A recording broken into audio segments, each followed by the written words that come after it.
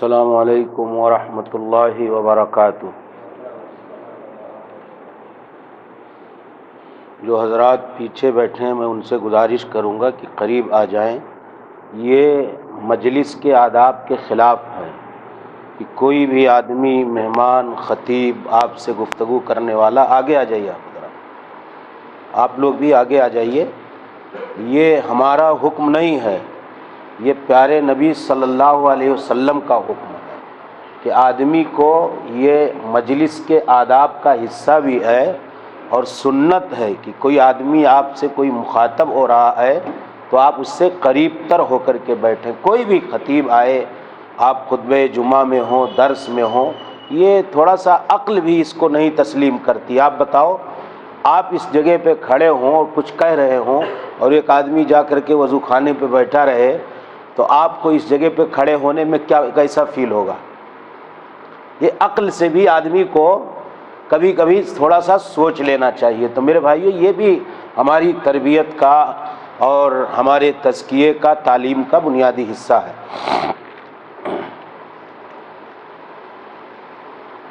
ان الحمد للہ نحمده ونستعینه ونستغفره ونعوذ باللہ من شرور انفسنا ومن سیئات اعمالنا،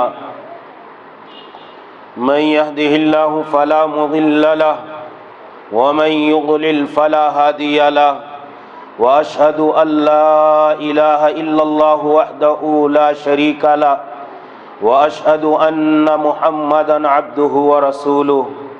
يا ايها الذين آمنوا اتقوا الله حق تقاته ولا تموتن الا وانتم مسلمون۔ يا ايها الناس اتقوا ربكم الذي خلقكم من نفس واحدة وخلق منها زوجها وبث منهما رجالا كثيرا ونساء، واتقوا الله الذي تساءلون به والأرحام ان الله كان عليكم رقيبا۔ يا أيها الذين آمنوا اتقوا الله وقولوا قولا سديدا يصلح لكم أعمالكم ويغفر لكم ذنوبكم، ومن يطع الله ورسوله فقد فاز فوزا عظيما۔ أما بعد فإن خير الحديث كتاب الله، وخير الهدي هدي محمد صلى الله عليه وسلم، وشر الأمور محدثاتها، وكل محدثة بدعة، وكل بدعة ضلالة، وكل ضلالة في النار۔ اعوذ باللہ السمیع العلیم من الشیطان الرجیم، من ہمزہ ونفخہ ونفثہ، وما خلقت الجن والانس الا لیعبدون۔ وقال تعالی فإن آمنوا بمثل ما آمنتم به فقد اهتدوا۔ وقال امامنا ورسولنا محمد بن عبد اللہ صلوات اللہ سلامہ علیہ، من مات لا یشرک باللہ شیئا دخل الجنہ۔ وقال امامنا وقدوتنا ورسولنا محمد بن عبد اللہ صلوات اللہ وسلامہ علیہ،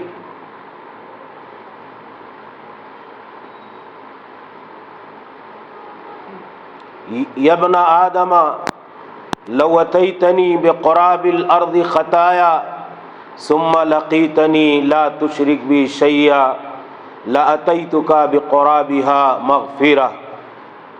سبحانک لا علم لنا الا ما علمتنا انک انت العلیم الحکیم۔ رب اشرح لی صدری ویسر لی امری واحلل عقدۃ من لسانی یفقہوا قولی۔ قابل احترام جمعیت اور جماعت کے ذمہ داران و اراکین، معزز اور محترم دینی بھائیوں، نوجوان ساتھیوں اور اسلامی رشتے کی ماؤں اور بہنوں، عزیز بچوں، تمام قسم کی حمد و ثنا مدح و ستائش، عظمت و کبریائی اس اللہ کریم مولائے رحمان و رحیم کے لیے لائق اور سزاوار ہے، جس الہ العالمین نے ہم کو، آپ کو، ساری انسانیت کو، تمام جنوں کو اپنی عبادت اور بندگی کے لیے پیدا کیا ہے۔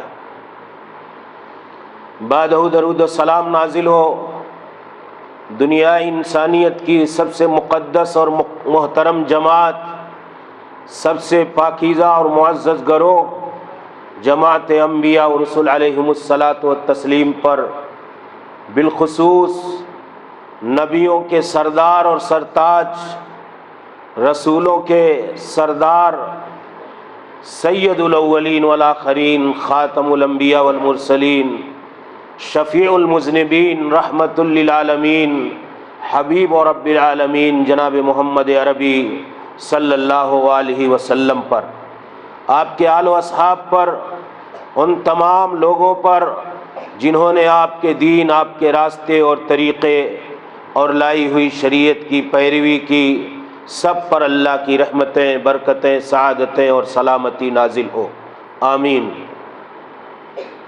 میں اپنے لیے سعادت سمجھتا ہوں، اور اللہ رب العالمین کا فضل اور احسان ہے کہ آپ ہی کے دیار میں ایک دعوتی سفر کی مناسبت سے آنا ہوا، اور اسی مناسبت سے آپ کے شہر بیدر میں جو ایک تاریخی اور معروف شہر ہے ملک کی سطح پر،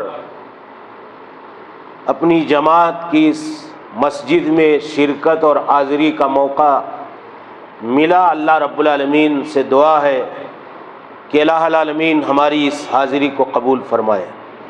اللہ جل شانہ آپ سب کے اس اجتماع کو اور یہاں بیٹھنے کو اور اس مجلس کو آپ کے گناہوں کی مغفرت اور بخشش کا ذریعہ اور وسیلہ بنائے، آمین۔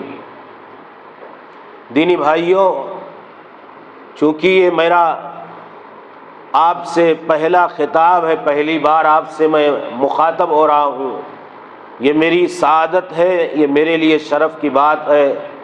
اور دوسری چیز کہ میں کسی خاص موضوع کے حوالے سے نہ بولتے ہوئے کچھ بنیادی پیغام آپ کو مختصر وقت میں دینا چاہتا ہوں۔ ہمیں اور آپ کو، تمام متبعین سنت کو، تمام اہل حدیثوں کو اور سلفیوں کو اللہ تعالیٰ کا اس بات پر شکر ادا کرنا چاہیے کہ اللہ جل شانہ نے ہم کو، آپ کو دنیا کی سب سے قیمتی چیز، دنیا کی سب سے بیش بہا دولت، دنیا کا سب سے قیمتی سرمایہ اور پراپرٹی، جس کے مقابلے میں دنیا کی کوئی شے نہیں ہو سکتی، وہ اللہ رب العالمین کی توحید ہے۔ اللہ نے ہمیں توحید کا علم بردار بنایا، توحید معبود، اور اہل حدیثوں کو مسلمان ہونے کے ساتھ ساتھ توحید کا داعی، توحید کا علم بردار اور توحید پر عمل پیرا ہونے کے ساتھ ساتھ اللہ تعالیٰ نے جس طریقے سے شرک سے بچایا ہے، شرک سے بچنے کی اللہ تعالیٰ نے ہمارے دلوں میں جذبات اور احساسات اور علم اور یقین پیدا کیے ہیں، اللہ رب العالمین کا بے پایا شکر و احسان ہے۔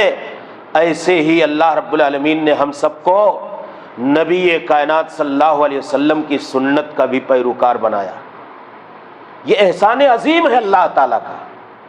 اور اس کے ساتھ ساتھ جب دنیا میں طرح طرح کے چیلنجز، طرح طرح کے مسائل، طرح طرح کی پریشانیاں پوری امت مسلمہ کے سامنے ہیں، الگ الگ ناموں سے، الگ الگ نسبتوں سے، الگ الگ القاب سے، الگ الگ مسلک کے نام پر لوگوں نے اپنے اپنے نام رکھ لیے، لیکن اہل حدیثوں کو اللہ نے یہ اعزاز عطا کیا ہے۔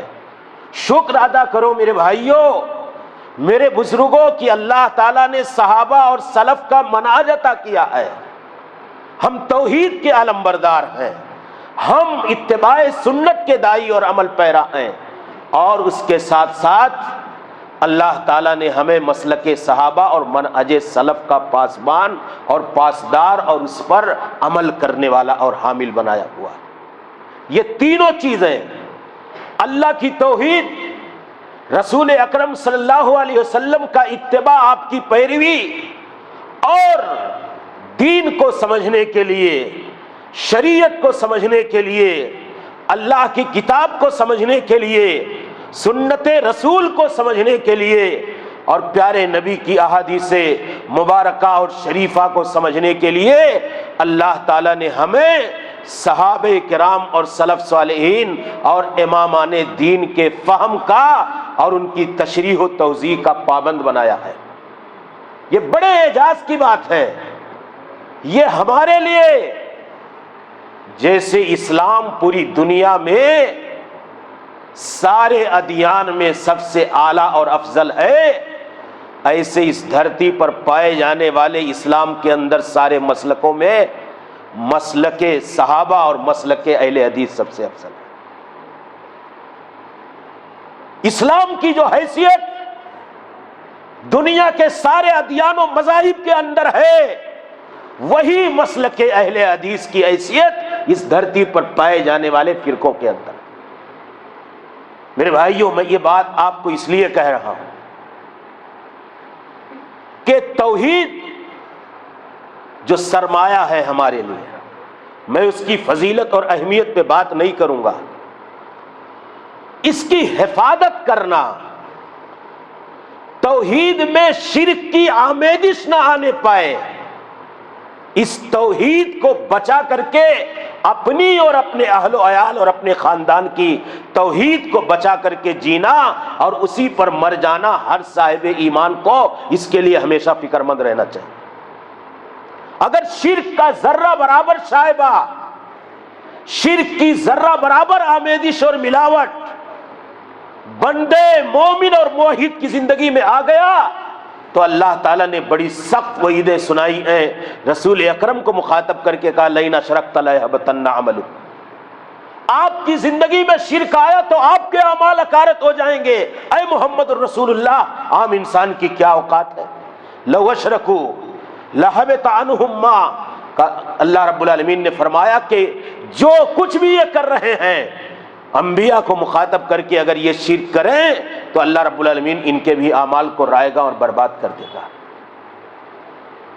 من یشرک باللہ فقد حرم اللہ علیہ الجنہ، شرک کے ساتھ جنت کا تصور ہی نہیں ہے، جہنم اس کا ٹھکانہ ومأواہ النار ہمیشہ ہمیشہ ہے۔ ان اللہ لا یغفر ان یشرک بہ ویغفر ما دون ذلک، اللہ تعالیٰ سارے گناہ، ساری معصیتیں، سارے جرائم، سارے مظالم، ساری زیادتی کی شکلوں کو نظر انداز کر دے گا، معاف کر دے گا، لیکن شرک کو اللہ رب العالمین معاف نہیں کرے گا۔ اس دھرتی پر جتنے انبیاء آئے، جتنے پیغامبر اور رسول آئے، سارے نبیوں کی دعوت یہی رہی کہ وَاعْبُدُوا اللَّهَ وَلَا تُشْرِكُوا بِهِ شَيْئًا، صرف توحید نہیں، صرف توحید نہیں کہ اللہ کی عبادت کرو، توحید کے علمبردار اور حامل بن جاؤ اور توحید کے ساتھ شرک بھی کرتے رہو، توحید کی حفاظت کرو، اللہ کی عبادت کرو اور توحید کی حفاظت کرو، شرک تمہاری زندگی میں نہ آنے پائے۔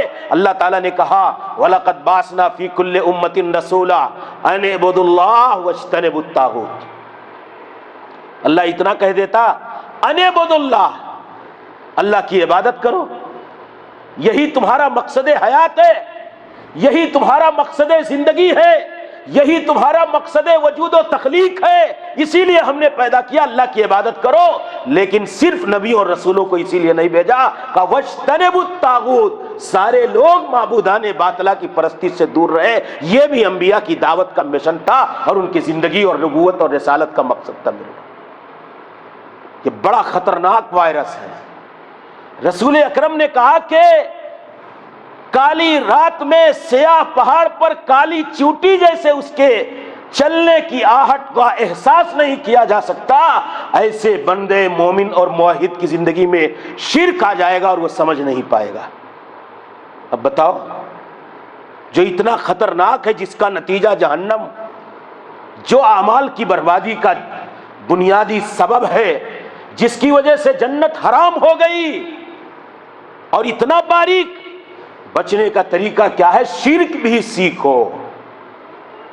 شرک جانو، بچیں گے کیسے؟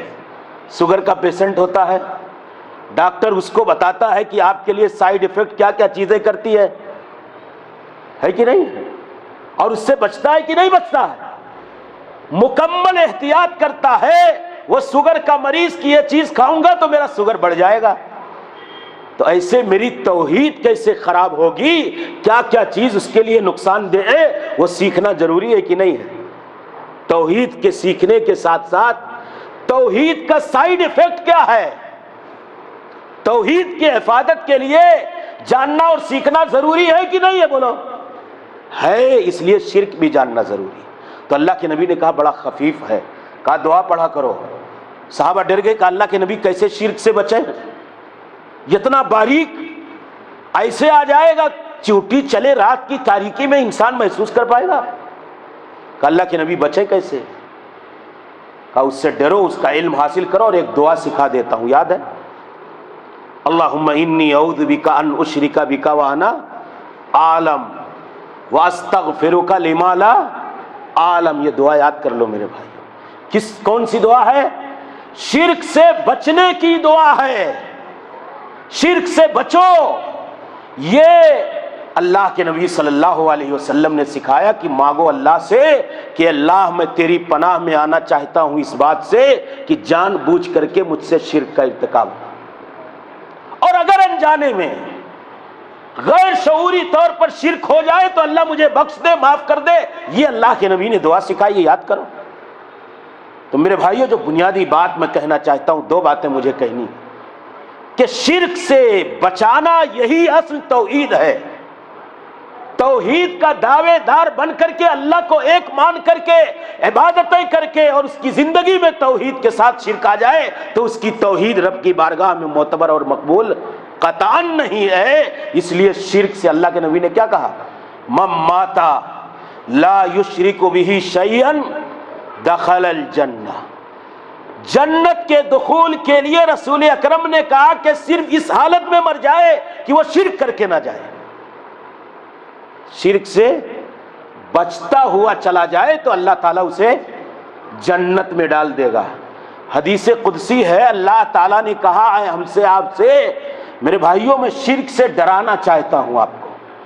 توحید کی حقیقت جو ہمارا سب سے اصل اور بنیادی اور قیمتی اور پونجی اور سرمایہ ہے، اس کی حفاظت کی میں دعوت فکر دینا چاہتا ہوں، آپ کو ایک پیغام دینا چاہتا ہوں، پوری جنریشن کو، پوری سماج، پوری سوسائٹی اور پورے معاشرے کو۔ میرے بھائی، رسول گرامی نے کہا کہ اس حال میں مرے شرک نہ کرے تو جنتی۔ اللہ کے نبی نے کہا، حدیث قدسی ہے، یا ابن آدم لو اتیتنی بقراب الارض خطایا ثم لقیتنی لا تشرک بی شیئا لاتیتک بقرابها مغفرہ۔ ایک چیز کا ڈیمانڈ کیا ہے اللہ تعالیٰ نے، جانتے ہیں؟ ایک چیز کا۔ کس چیز کا؟ اللہ تعالیٰ کہتا ہے میرے بندے، اگر تو زمین کے برابر گناہ لے کر کے آئے، کتنا بولو، زمین کے برابر گناہ لے کر کے آئے اور مجھ سے اس حال میں ملاقات کرے کہ تو نے میرے ساتھ شرک نہ کیا ہو، لاتیتک بقرابها مغفرہ، شرک سے بچنے کے نتیجے میں میں تجھے اسی زمین کے برابر مغفرت عطا فرما دوں گا۔ توحید کی حفاظت کا فائدہ یہ ہے، یہ کیا ہے؟ توحید کی حفاظت، شرک نہ آنے پائے، اس توحید کی حفاظت کا اللہ تعالیٰ نے خود کہا، اے ابن آدم، اے آدم کے بیٹے، حدیث قدسی ہے، شرک نہ کر، میری عبودیت میں، میری بندگی میں، میری ذات میں، میرے اسماء و صفات میں میں تجھے اس توحید کے بدلے میں، توحید کی حفاظت کے بدلے میں جنت عطا فرما دوں۔ اللہ رب العالمین کہتا ہے کہ قیامت کے دن سب سے ہلکا عذاب جس کو دیا جائے گا تو اس کو کھڑا کیا جائے گا۔ سنو، اللہ کیا مانگتا ہے ہم سے؟ بہت جلدی ایمان کا سودا کر لیتے ہیں ہم۔ آج تو ارتداد بھی بڑھ رہا ہے، ایمان لوگ بیچ رہے ہیں، کفر کے راستے پر مسلمان اور مسلمانوں کی لڑکیاں، ان کے نوجوان جا رہے ہیں۔ کیوں؟ اس دنیا کی زندگی کے مقابلے میں آخرت کی حقیقت کو سمجھا نہیں ہے مسلمان۔ آخرت ان کی کوئی حیثیت نہیں ہے ان کی نگاہ میں۔ اللہ تعالیٰ کہتا ہے سب سے ہلکے عذاب والے انسان کو جب اس سے کہا جائے گا کہ تو نجات کے لیے، اس عذاب سے چھٹکارے کے لیے کیا دے سکتا ہے، تو کیا کہے گا؟ زمین و آسمان کے برابر اگر دولت ہو تو اے اللہ اس نجات، اس عذاب جہنم سے نجات اور چھٹکارے کے لیے سارا سرمایہ اور زمین و آسمان کے برابر مال و دولت فدیہ کرنے کے لیے تیار ہوں، اور میں چھٹکارا پانا چاہتا ہوں اس عذاب جہنم سے۔ لیکن اللہ کیا کہے گا؟ اللہ کہے گا بندے میں تجھ سے زمین نہیں مانگ رہا، میں تجھ سے آسمان کے برابر پراپرٹی اور دولت اور بلڈنگ اور بنگلو اور جائیداد نہیں مانگ رہا، میں نے تجھ سے صرف ایک ڈیمانڈ کیا تھا کہ میرے بندے تم میرے ساتھ کسی کو شریک نہ کرنا۔ ایک ڈیمانڈ، شریک نہ کرنا میری اس توحید کے ساتھ کسی اور کو۔ میں تجھے کسی بھی حال میں، آج تجھے وہ ساری پراپرٹی اور جائیداد مجھے دینے کی ضرورت نہیں پڑتی۔ تو میرے بھائیو، اس لیے اس توحید کی حفاظت کے ساتھ یہ اللہ تعالیٰ نے بہت بڑی نعمت دی ہے ہم کو۔ سب سے بڑا سرمایہ اہل حدیثوں کو اللہ نے اگر کچھ دیا ہے تو یہ اللہ کی دولت توحید جو ہمیں اور آپ کو ملی ہے۔ دنیا کی دولت اس کے مقابل میں کچھ نہیں ہے میرے بھائی۔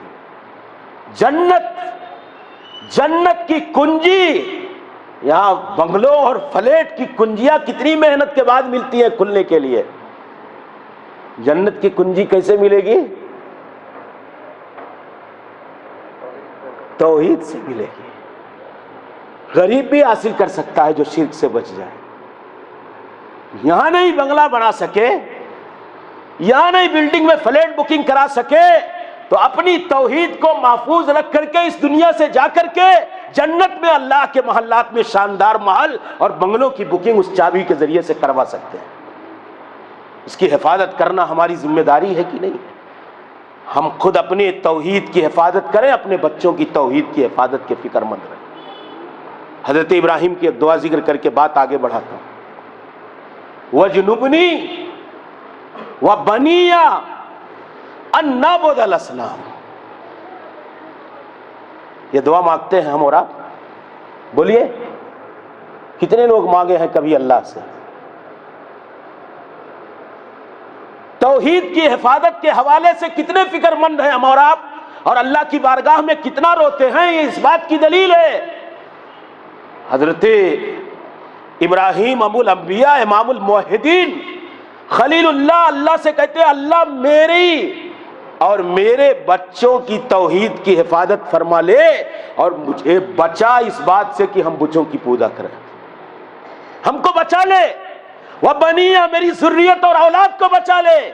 کس بات سے؟ أَن نَعْبُدَ الْأَصْنَامَ، کہ ہم بتوں کی پوجا کریں۔ یہ اپنی توحید کی حفاظت کے حوالے سے فکر مندی تھی میرے بھائی۔ نہیں مانگتے نا، یہ دعا نہیں یاد کیا ہم نے آپ نے، کیوں؟ توحید کی حفاظت کی فکر ہی نہیں ہے ہم کو آپ کو۔ اس لیے میرے بھائیو، شرک سے اتنا دور بھاگو جتنا کورونا سے بھی نہیں بھاگتے تھے آپ۔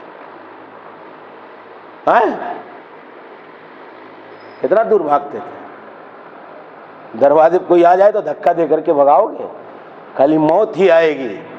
لیکن اگر شرک آ جائے تو آخرت کی موت آئے گی، آخرت کی ہلاکت آ جائے گی، ہے کہ نہیں؟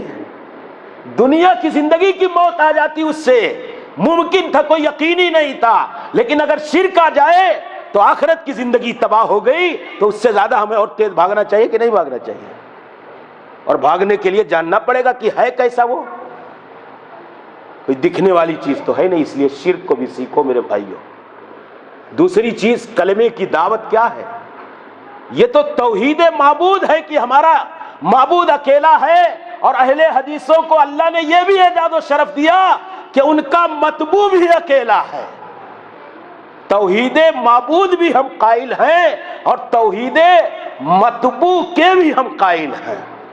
متبوع پیروی کس کی جائے، طریقہ کس کا اختیار کیا جائے، سنت کس کی اپنائی جائے، سیرت اور زندگی اور اسوہ کس کا اپنایا جائے، کس کے قول کو قول فیصل مانا جائے، کس کے حکم کو اتھارٹی مانا جائے، کس کی زندگی کے معاملات و کردار کو اپنے لیے نمونہ مانا جائے، وہ ہم نے کس کو مانا ہے؟ رسول اکرم صلی اللہ علیہ وسلم۔ اور یہی وہ کلمہ ہے جو ہم نے کلمہ طیبہ اور کلمہ شہادت پڑھا ہے، لا الہ الا اللہ محمد الرسول اللہ۔ لا الہ الا اللہ کا معنی ہے کہ عبادت میں اللہ کا کوئی شریک نہیں، اور محمد الرسول اللہ آپ کی سنت اور آپ کے طریقے میں آپ کا کوئی ثانی نہیں ہے۔ یہ اعزاز کس کو ملا ہوا ہے؟ کس کو ملا ہوا ہے؟ بولو ہم کو، اہل حدیثوں کو۔ رسول گرامی کی بات آ جائے تو کسی امام کی بات کو ہم مانیں گے؟ کسی امام کی رائے کو تسلیم کریں گے؟ نہیں کر سکتے، کیونکہ اللہ نے اتھارٹی جو دیا، پاور جو دیا، جج اور حکم اور فیصل جو بنا کر کے دیا، اور کہا کہ فلا وربک لا یؤمنون حتی یحکموک فیما شجر بینہم۔ زندگی کے ادنا اور اعلیٰ معاملات میں اگر اختلاف ہو جائے، آپس میں بگاڑ ہو جائے، اگر لوگ رسول گرامی کی سنت اور ذات اطہار اور آپ کی سیرت کو آپ کا اپنے لیے فیصل نہ مانے، جج نہ مانے، تو ایسی صورت میں ان کا ایمان بھی درست نہیں ہو سکتا۔ اس لیے میرے بھائیوں، خطبہ جمعہ سنتے ہو، ابھی میں نے خطبہ مسنونہ پڑھا، کیا ایک جملہ آتا ہے نا، خیر الہدی ہدیو محمد، بولو بھائی، محمد صلی اللہ علیہ وسلم۔ کیا مطلب ہے اس کا؟ سب سے بہترین طریقہ کس کا ہے؟ رسول اکرم صلی اللہ علیہ وسلم کا طریقہ ہے۔ جب رفع یدین ثابت ہو گیا نماز میں کہ ہمارے پیارے رسول کرتے تھے، تو دنیا کا کوئی اعلیٰ سے اعلیٰ انسان کچھ بھی کہے، ہم اس پیارے نبی کے پیارے طریقے کو چھوڑنے کے لیے تیار نہیں ہو سکتے۔ یہ اعزاز اہل حدیثوں کو ملا ہے۔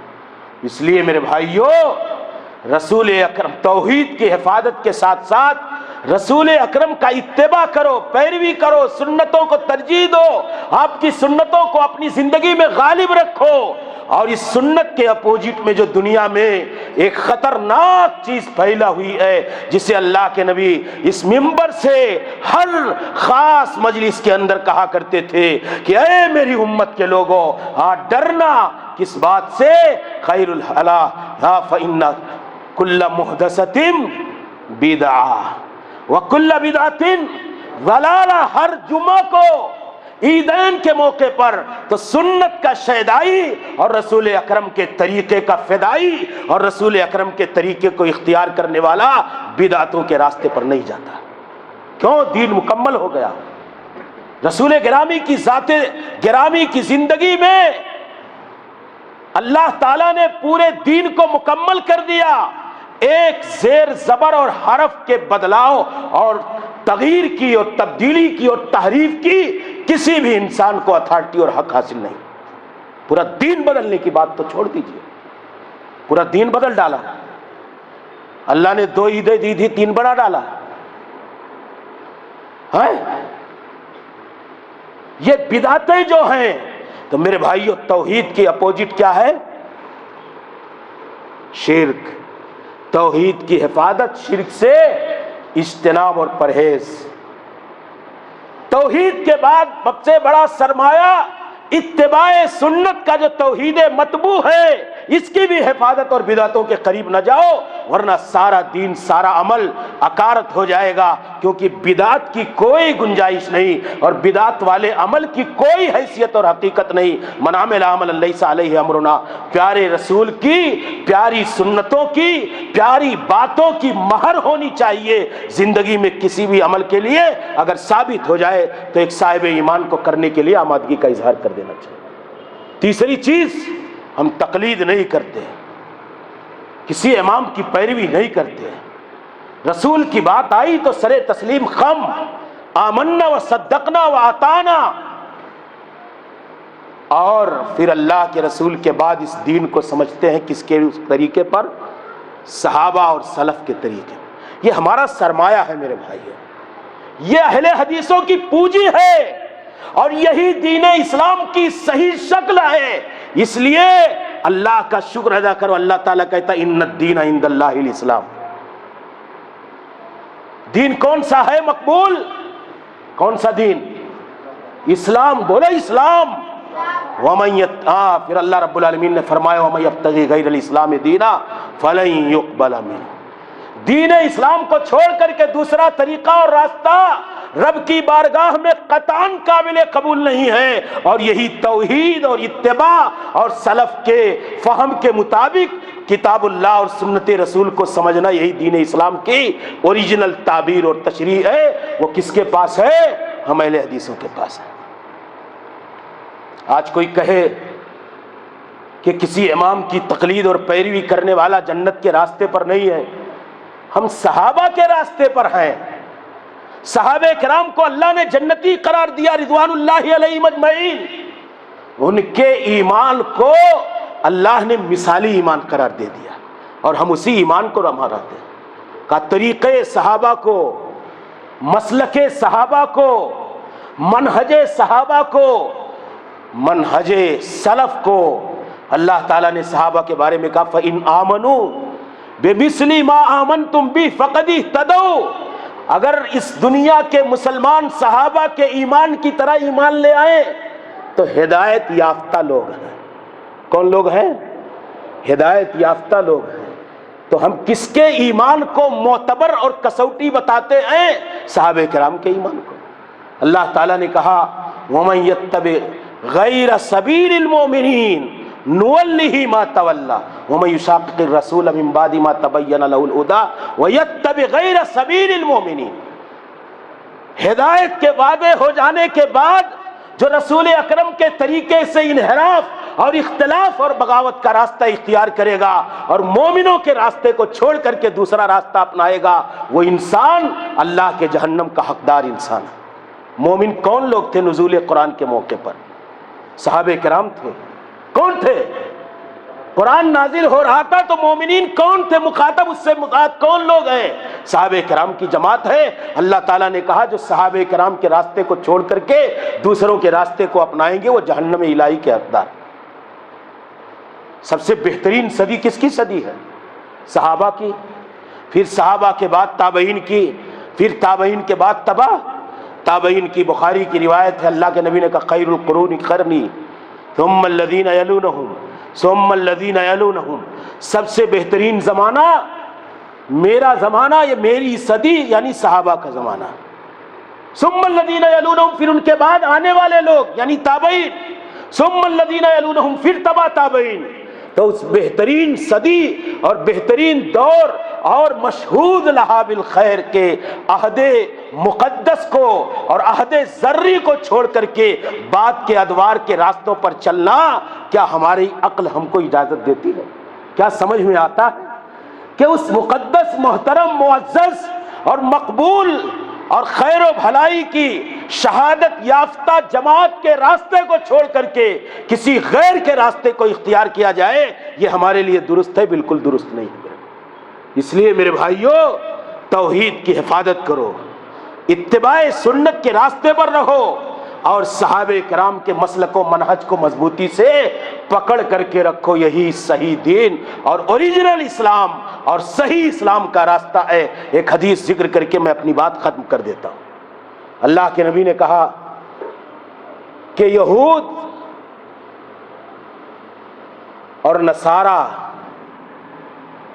یہود 71 فرقوں میں بٹے، نصارہ 72 فرقوں میں بٹے، میری امت کتنے فرقوں میں بٹے گی؟ 73، کلہم فی النار، کلہم۔ ہم کو نہیں کچھ کہنے کی ضرورت ہے کون جہنمی ہے کون جنتی ہے، کلہم فی النار، سارے کے سارے جہنمی ہیں، الا ملت واحدہ، ایک گروہ، ایک جماعت، ایک مسلک کے ماننے والے صرف جنت میں آئیں گے، بقیہ جہنمی ہوں گے۔ صحابہ کرام نے کہا من ہم یا رسول اللہ، کس کی طرف سے بات کہی جا رہی ہے؟ رسول گرامی فرما رہے ہیں پوچھ کون رہا ہے؟ صحابہ پوچھ رہے ہیں کہ اللہ کے نبی ان 73 میں سے جنتی کون ہے؟ تھوڑا بتا دیجئے۔ کہ ما انا علیہ و اصحابی، یہ کس کے پاس ہے؟ یہ کس کے پاس ہے؟ اللہ کے نبی نے کہا کہ میں جس پر ہوں اور جس راستے پر میرے صحابہ ہیں، یہی جنت کا راستہ، یہی نجات کا راستہ، یہی کامیابی کا راستہ، یہی فلاح و صلاح کا راستہ اور جہنم سے نجات کا اور جنت کے حصول کا راستہ ہے، جو میرا اور میرے صحابہ کا راستہ ہے، جو میرا اور میرے صحابہ کا راستہ ہے۔ اللہ کے نبی نے کہا تھا تم بٹو گے بنو اسرائیل کی طرح، یہود و نصارہ کی طرح، لَتَتَّبِعُنَّ سَنَنَ مَنْ كَانَ قَبْلَكُمْ شِبْرًا بِشِبْرٍ بِشِبْرٍ وَذِرَاعًا بِذِرَاعٍ حَتَّى لَوْ أَنَّ أَحَدَهُمْ دَخَلَ جُحْرَ ضَبٍّ لَدَخَلْتُمُوهُ۔ تم بھی بٹو گے مختلف گروہوں میں، جماعتوں میں، لیکن کامیابی کے لیے تمہارے لیے ضروری ہے کہ تم لوگ کیا کرنا؟ صحابہ کرام کے راستے کو اختیار کرنا۔ کہ میری امت میں یہ حالات آئیں گے کہ اگر بنو اسرائیل میں سے کوئی گوہ کے سوراخ میں جانا چاہا ہوگا تو میری امت میں بھی ایسے لوگ ہوں گے جو کام کرنے کی کوشش کریں گے، ایسی پیروی کریں گے جیسے یہ ہاتھ ایک دوسرے ہاتھ کے مماثل اور مشابہ ہے، جیسے یہ پنجہ ایک دوسرے کے پنجے کے موافق اور مشابہ ہے، ایسے اس امت کے لوگ شانہ بشانہ یہود و نصارہ کے طریقے کو اختیار کریں گے۔ آج کا آپ کو بتانے کی تفصیل سے ضرورت نہیں ہے میرے پاس، اس لیے میرے نوجوانوں، میری ماں اور بہنوں، میرے بزرگوں، میں یہی کہنا چاہتا ہوں کہ اللہ کا بہت بڑا شرف حاصل ہے ہم کو، آپ کو اللہ کا بہت بڑا احسان عظیم ہے ہمارے آپ کے اوپر کہ اللہ نے توحید کی دولت دیا ہے، شرک سے نفرت کرنے والا بنایا ہے، سنت کا شیدائی بنایا ہے، بدعتوں سے نفرت کرنے والا بنایا ہے، اور ساری پگڈنڈیوں اور سارے غلط راستوں کو چھوڑ کر کے راہ ہدایت اور راہ نجات اور راہ فلاح و صلاح اور شاہراہ جنت منہج صحابہ پر چلنے والا بنایا ہے۔ یہ اللہ رب العالمین کا بہت بڑا شکر۔ نماز میں دعا کرتے ہیں، کیا مانگتے ہیں؟ اہدنا الصراط المستقیم، صراط میں اختصار کے ساتھ اسی حدیث اور اس سورہ فاتحہ سے متعلق جو حدیث ہے اور یہ آیت کریمہ اور جو آیات ہے، پوری ایک تقریر کی ضرورت پڑے گی، میں اشارہ خالی کرنا چاہتا ہوں۔ کیا مانگتے ہیں اللہ سے؟ کہ اللہ صراط مستقیم دے دے۔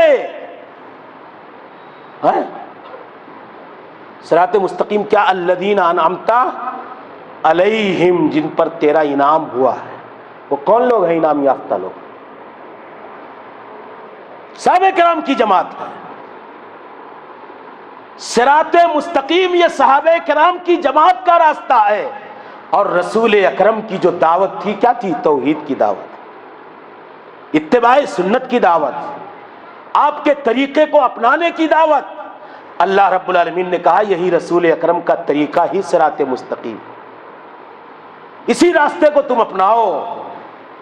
اللہ کے نبی نے کہا کہ وَأَنَّ هَذَا صِرَاطِي مُسْتَقِيمًا فَاتَّبِعُوهُ وَلَا تَتَّبِعُوا السُّبُلَ فَتَفَرَّقَ بِكُمْ عَنْ سَبِيلِهِ، میں جس کی طرف بلاتا ہوں، قُلْ هَٰذِهِ سَبِيلِي أَدْعُو إِلَى اللَّهِ عَلَىٰ بَصِيرَةٍ أَنَا وَمَنِ اتَّبَعَنِي، میں جس راستے کی طرف بلاتا ہوں اور میرے پیچھے چلنے والے صحابہ کرام کی جماعت جس راستے کی طرف بلاتی ہے، یہی کہتے ہیں قُلْ هَٰذِهِ سَبِيلِي، یہی میرا راستہ ہے، اور اللہ کہتا ہے رسول اکرم کا راستہ یہ صراط مستقیم ہے۔ وَأَنَّ هَذَا صِرَاطِي مُسْتَقِيمًا، میں جس کی طرف بلاتا ہوں یہی میرا راستہ صراط مستقیم ہے، فَاتَّبِعُوهُ، رسول اکرم کے راستے کی پیروی کرو، وَلَا تَتَّبِعُوا السُّبُلَ، پگڈنڈیوں پر نہ جاؤ۔ شاہ راہ سنت ہے، مسلک صحابہ ہے۔ اب صحابہ کی جماعت کو چھوڑ کر کے کسی پیر فقیر عالم اور ادنا درجے کے انسان کی بات مان لی جائے؟ سنت کا ہائی وے چھوڑ کر کے تقلید کی پگڈنڈیوں پر چلا جائے، یہ گمراہی اور ضلالت اور بدبختی اور بدنصیبی اور ہرما نصیبی نہیں ہے تو کیا ہے میرے بھائیو؟ اللہ تعالیٰ کہتا انک علی صراط مستقیم، اے رسول گرامی آپ صراط مستقیم پر ہیں۔ انک لتدعوہم الی صراط مستقیم، رسول اکرم کی دعوت صراط مستقیم کی دعوت تھی، اور اسی صراط مستقیم کی دعا ہم سارے مسلمان نمازوں میں مانگتے، لیکن ڈھونڈتے نہیں وہ صراط مستقیم ہے کہاں۔ دعا مانگنے سے راستہ ملتا ہے؟ بولو، خالی دعا سے راستہ مل جائے گا کہ اگر ہم کو نہیں معلوم ہے، میں نیا نیا بیدر میں آیا، ہم کو اسٹیشن جانا ہے، دعا مانگو بیٹھ کے اللہ اسٹیشن کا راستہ بتا دے، مل جائے گا؟ ڈھونڈنا پڑے گا۔ اب تو میپ ہو گیا کم سے کم موبائل میں، تو وہ بھی کہیں کہیں غلط پہنچا دیتا ہے، تو کسی نہ کسی سے پوچھنا پڑے گا، اور پوچھا کس سے جائے گا؟ جو اس کا جانکار ہے۔ تو صراط مستقیم تلاشو میرے بھائیو۔ تو یہ میرا ایک پیغام تھا جو میں آپ کو دعوت دینا چاہتا تھا، توحید، اتباع، مسلک صحابہ اور منہج سلف کی پیروی، یہ سلفیوں اور اہل حدیثوں کی پونجی اور ان کا سرمایہ۔ اس کو بچاؤ، اس کی حفاظت کرو، اس پر استقامت کے ساتھ ڈٹے اور جمے رہو، اور اس کی دعوت کو گمراہ انسانیت تک پہنچاؤ۔ یہ ہماری آپ کی ذمہ داری ہے، یہ ہماری آپ کی ذمہ داری ہے۔ رب کی بارگاہ میں پوچھا جائے گا کہ تقلیدیوں کو تم نے سنت کا راستہ بتایا تھا کہ نہیں بتایا تھا؟ بدعتیوں کو سنت کا راستہ بتایا تھا کہ نہیں بتایا تھا؟ شرک کے راستے پر گامزن لوگوں کو توحید کا سبق پڑھایا تھا کہ نہیں پڑھایا تھا؟ اللہ کے حضور ہم سب کو اس کے لیے جواب دہ ہونا ہے۔ اس لیے میرے بھائیوں، توحید پر جمے رہو، اپنی نسلوں کی تربیت توحید پر کرو، عقیدہ و ایمان پر کرو، سنت سے محبت پر کرو، صراط مستقیم کی پیروی پر کرو، بدعتوں سے نفرت پر کرو، اور اسی طریقے سے صحابہ اور سلف کے مسلک و منہج کے ساتھ مرنے اور جینے اور اس دنیا میں رہنے کی تلقین اور تعلیم دو۔ یہ ہماری آپ کی ذمہ داری ہے۔ میں اللہ تعالیٰ سے دعا کروں گا کہ الہ العالمین ہم سب کو توحید کی حفاظت کی توفیق عطا فرمائے۔ اللہ تعالیٰ ہم سب کو شرک سے بچنے کی توفیق عطا فرمائے۔ اللہ تعالیٰ ہم سب کو سنتوں سے محبت کی توفیق عطا فرمائے۔ اللہ تعالیٰ ہم سب کو بدعتوں سے دور رہنے کی توفیق عطا فرمائے۔ اللہ تعالیٰ ہم سب کو صراط مستقیم کا راہی بنائے۔ اللہ تعالیٰ ہم سب کو گمراہی اور ضلالت کی پگڈنڈیوں سے دور رہنے کی توفیق عطا فرمائے۔